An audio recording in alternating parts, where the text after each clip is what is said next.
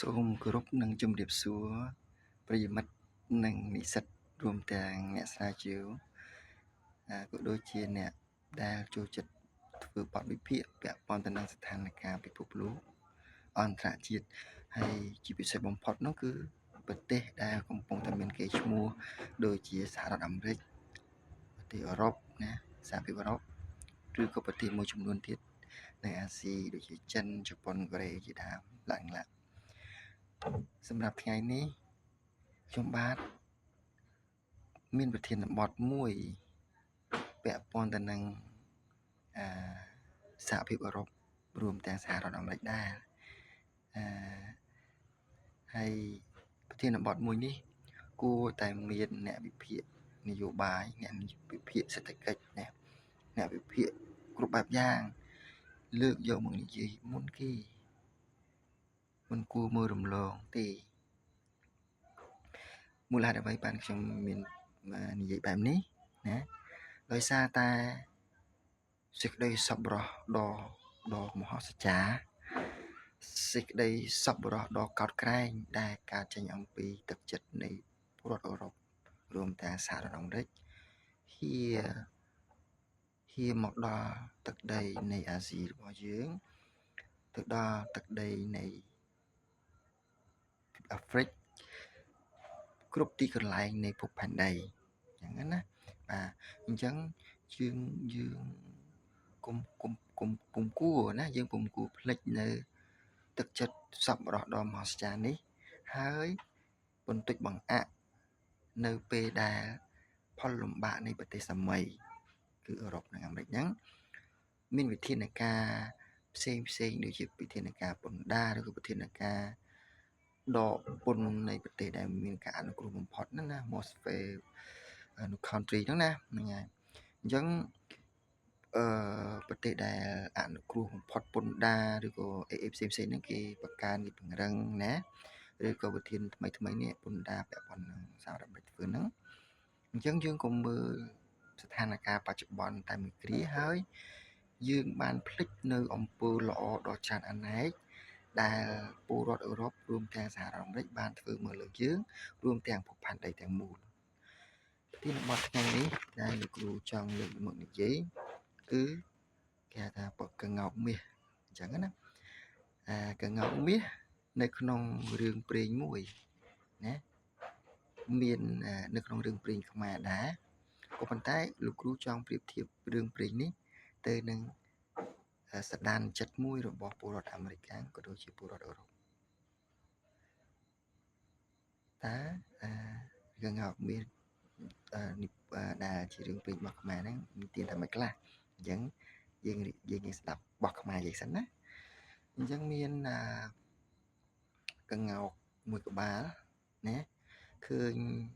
អន្តិតក្រីក្រកសិករមួយប្រញាប់ដីពុនហ្នឹងក្រណា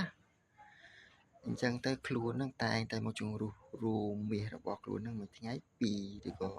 មួយខែ2អញ្ចឹងណាដើម្បីឲ្យគូស្រករក្រីក្រមួយនោះយករួមមាសរបស់ខ្លួនទៅលក់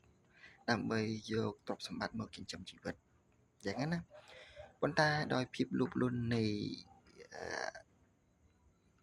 ពីអ្នកប្តីប្រពន្ធនោះក៏បានចាប់កង្កោបមាសនោះបោចរួមទាំងអស់អញ្ចឹងណាបាទរហូតដល់កង្កោបនោះបាត់បង់ជីវិតឬក៏បាត់បង់គេថាសមត្ថភាពក្នុងការបង្កើតរួមបន្តទៀតអញ្ចឹងណាហ្នឹងហើយនេះគឺជារឿងខ្មែររបស់យើងហើយលោកគ្រូក៏មិនបានចាំអំពីប្រវត្តិថារឿងនេះមានអាយុកាលប៉ុន្មានទេក៏ប៉ុន្តែរឿងនេះគឺមានយូរមកហើយតាំងពីលោកគ្រូកើតមកលើបាត់ទៅហើយអញ្ចឹងមិនដឹងថាការបរិច្ឆេទពិតប្រាកដនោះគឺពេលណាទេអញ្ចឹងយើងចង់ប្រៀបធៀបរឿងកង្កោបមាសនេះទៅនឹងសេចក្តីសប្បុរសដ៏មហោស្ចារ្យដ៏អស្ចារ្យនៃពលរដ្ឋអឺរ៉ុបរួមទាំងសហរដ្ឋអាមេរិកវិញម្ដង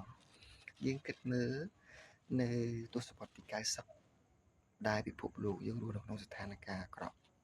ស្ទើរតែគ្រប់ទីកន្លែងអ្នកជាងសឹងតែជាងរាល់ថ្ងៃទៅទៀតកាលនោះយើងក្រីក្រហើយមានវិបត្តិសង្គ្រាមទៀតណាហើយមានទូរភិក្សទៀតណាពលរដ្ឋអឺរ៉ុបពលរដ្ឋអាមេរិកកាំងធ្វើការ មួយវេនខ្លះពីរវេនណាហើយបានប្រឹងប្រែងបងពុនដ៏មហិមាដ៏ច្រើនគ្រប់គ្នាណាដល់រដ្ឋាភិបាលនៃអឺរ៉ុបនិងរដ្ឋាភិបាលអាមេរិកហើយរដ្ឋាភិបាលទាំងនោះបានផ្ដល់នៅជំនួយដ៏ច្រើនមហាសាលក្នុងនោះក៏មានកម្ពុជាយើងដែរយ៉ាងហ្នឹងណាអញ្ចឹងពលរដ្ឋអឺរ៉ុបនិងពលរដ្ឋអាមេរិកប្រៀបដូចជាក្ងោកមាសអញ្ចឹងតែងតែជំរុះរួមមាសរបស់ខ្លួនចិញ្ចឹមប្រជាជាតិទាំងអស់ក្នុងភពផែនដីដោយមិនប្រកាន់ពូជសាសន៍ពណ៌សម្បុរណាសូម្បីតែប្រទេសខ្មែរយើងក៏ដោយណាក៏ចំនួននោះខ្មែរយើងសង្គមនិយមហ្នឹងណានឹងហើយដោយសារសម្ដេចតាលោកទៅចរចានៅប្រាំងអីចឹងទៅបើកនយោបាយទៅបានគេមកជួយយើងទៀតឃើញអត់ស្រុកយើងមានសេរីណាទោះបីជាប្រទេសយើងអញ្ចឹងក៏ដោយគឺគេនៅតែមានទឹកចិត្តមកលើយើងដែរអញ្ចឹងណាអញ្ចឹងហើយសង្ខេបមកវិញទឹកចិត្តមួយនេះណារាប់សិបទសវត្សរ៍មិនមែនរាប់ឆ្នាំទេណារាប់ទសវត្សរ៍រហូតដល់អ្នកទទួលជំនួយទាំងនោះបានខ្លាចទៅជាអាជីវករដ៏មានកេរ្តិ៍ឈ្មោះខ្លាចទៅជាអាជីវករដ៏មានឥទ្ធិពលហើយពេលខ្លះមានលទ្ធភាពទៅរកទទួលទាននៅដែនដីសហរដ្ឋអាមេរិកមានលទ្ធភាពទៅរកទទួលទាននៅដែនដីនៃអឺរ៉ុបទាំងមូលរួមទាំងចក្រភពអង់គ្លេសដែរអញ្ចឹងចំពោះអ្នករកទទួលទានទី1ទី2ទៀតសម្រាប់អ្នកដែលនយោបាយវិញណារហូតដល់ខ្លួនបានធំធាត់ទៅជាអ្នកនយោបាយទទួលការឧបត្ថម្ភណាអ្នកខ្លះគុំអ្នកក្រណាបានជំនួយអីចឹងទៅស្រុកទេយើងស្រួលបួលទៅយើងក៏មានឱកាសបានកាន់ការងារស្រុកទេសទៅណាយើងនិយាយរួមមិនសំកាយបុគ្គលណាមួយទេអញ្ចឹងយើងមិនទាន់បានប្រើធម្មពលរបស់យើងជាអ្នកមានអំណាចនៅស្រុកខ្មែរឬក៏ស្រុកណាមួយណាលោកគ្រូសុំទោសមិនចង់និយាយចំតែខ្មែរយើងទេនិយាយជារួមណាអញ្ចឹងយើងបានចិញ្ចឹមខ្លួនដឹកនាំខ្លួនរហូតដល់ដឹកនាំប្រទេសទៀតតាមរយៈរួមមាសដែលអឺរ៉ុបបានផ្ដល់ឲ្យយើងនឹងការប្រឹងប្រែងធ្វើការទាំងយប់ទាំងថ្ងៃមិនគិតភាពនឿយហត់បានបរិច្ចាគធនធាននោះមកឲ្យយើងអញ្ចឹងតើយើងគួរតែមានតម្លៃតបស្នងណាមួយដល់ពលរដ្ឋអាមេរិកដល់ពលរដ្ឋនៃសហភាពអឺរ៉ុបដល់ពលរដ្ឋនៃចក្រភពអង់គ្លេសនិងប្រទេសមួយចំនួនទៀតដូចជាអូស្ត្រាលីណាជប៉ុននិងប្រទេសផ្សេងទៀតដែលប្រទេសទាំងនោះធ្លាប់ធ្វើអំពើល្អមកលើជាតិសាសន៍យើងនៅតំបន់ក្រីក្រគេប្រទេសដែលក្រីក្របំផុតអញ្ចឹងណាហ្នឹងហើយអញ្ចឹង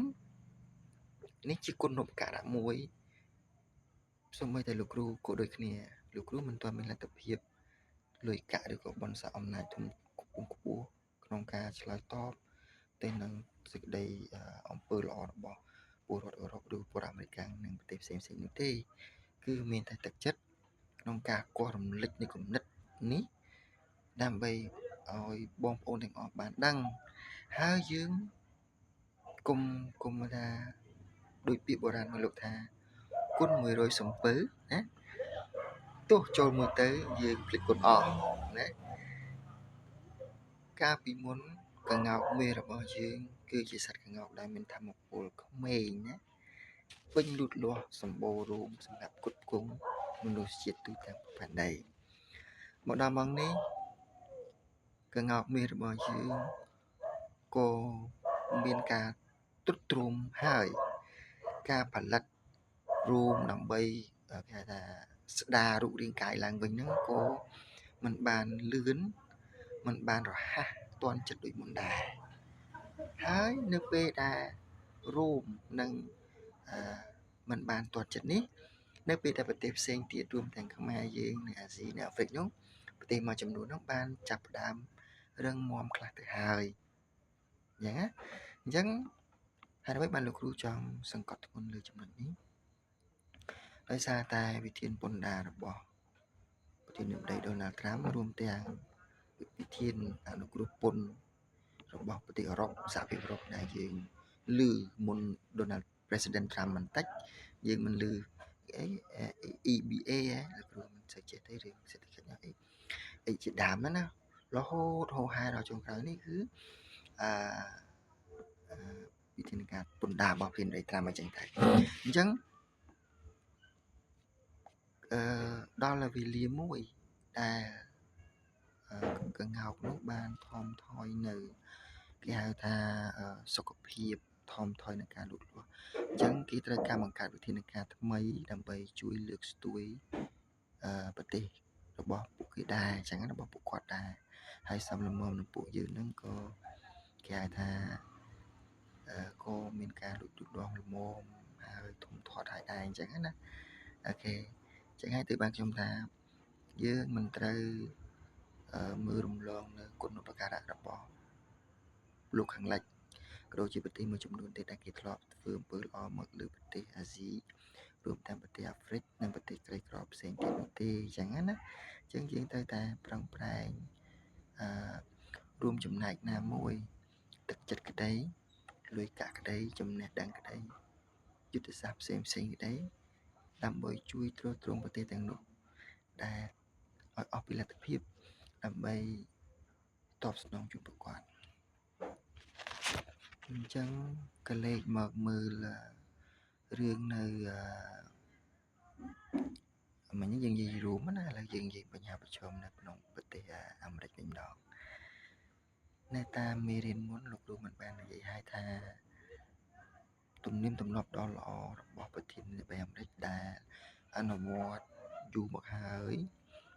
នៅក្នុងទឹកដីអាមេរិកណាมันមានបុគ្គលណាម្នាក់អាចធ្វើផ្ដេសផ្ដាសបានទេអញ្ចឹងណានៅក្នុងសេតវិមានអញ្ចឹងគោលការណ៍នេះវាស្ទើរតែមានភាពតច្រកមួយរវាងប្រធានាធិបតី Donald Trump និងប្រធានាធិបតី Joe Biden អញ្ចឹងណាអញ្ចឹងវាពាក់ព័ន្ធទៅនឹងរឿងកង្កោកមែនហ្នឹងនៅពេលដែលយើងឃើញសហរដ្ឋអាមេរិកមានបញ្ហាដូចនេះយើងមិនអាចនឹកមើលកន្តើយនៅបុគ្គលដែលធ្លាប់មានគុណូបការៈមកលើយើងនោះទេអ្វីត្បិតតែយើងមិនមានឥទ្ធិពលក្នុងការជំរុញឲ្យរដ្ឋាភិបាលសហរដ្ឋអាមេរិកអ្នកនយោបាយអាមេរិកសភាអាមេរិកពិសេសពលរដ្ឋអាមេរិកកាំង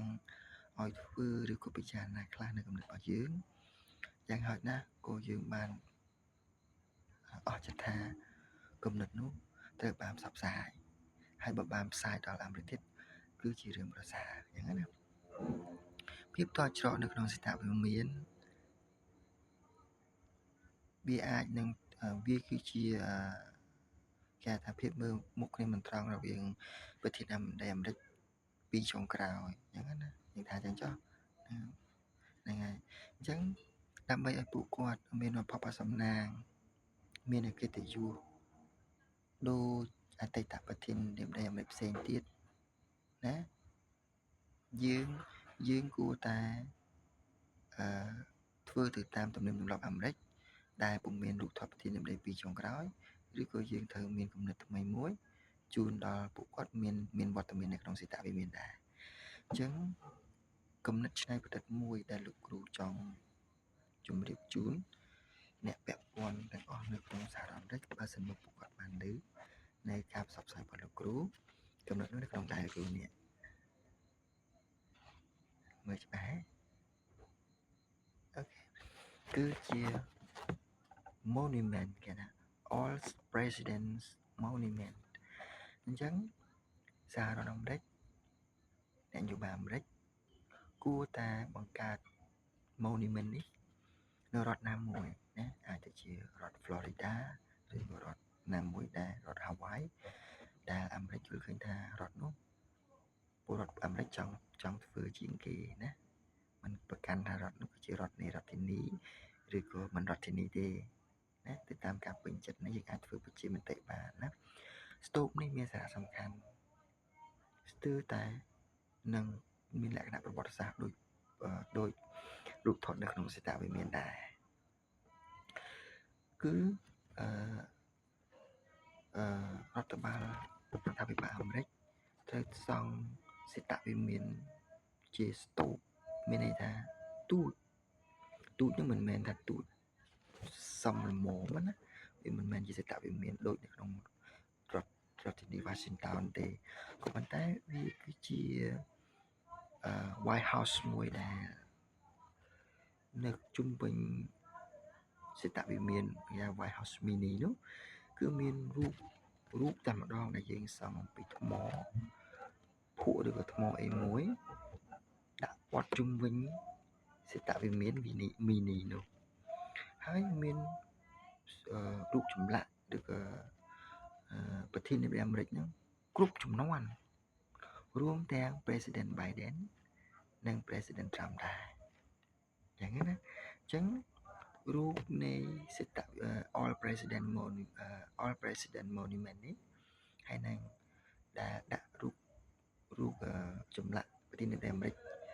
ទាំងរស់ទាំងស្លាប់ណាទាំងអស់ហ្នឹងជុំវិញសេតវិមានណាជុំវិញសេតវិមាន Mini ហ្នឹងវាគឺជាការផ្សះផ្សាផ្លូវចិត្តមួយដែលអនុញ្ញាតឲ្យប្រធានាធិបតីអាមេរិកលោកមានកិត្តិយសផងដែរថាលោកក៏មានឈ្មោះនៅក្នុងសេតវិមានដែរ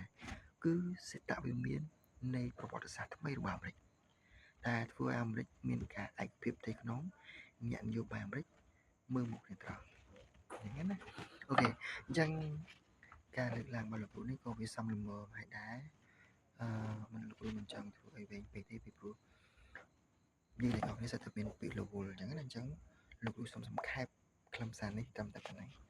ហ្នឹងហើយសូមអរគុណ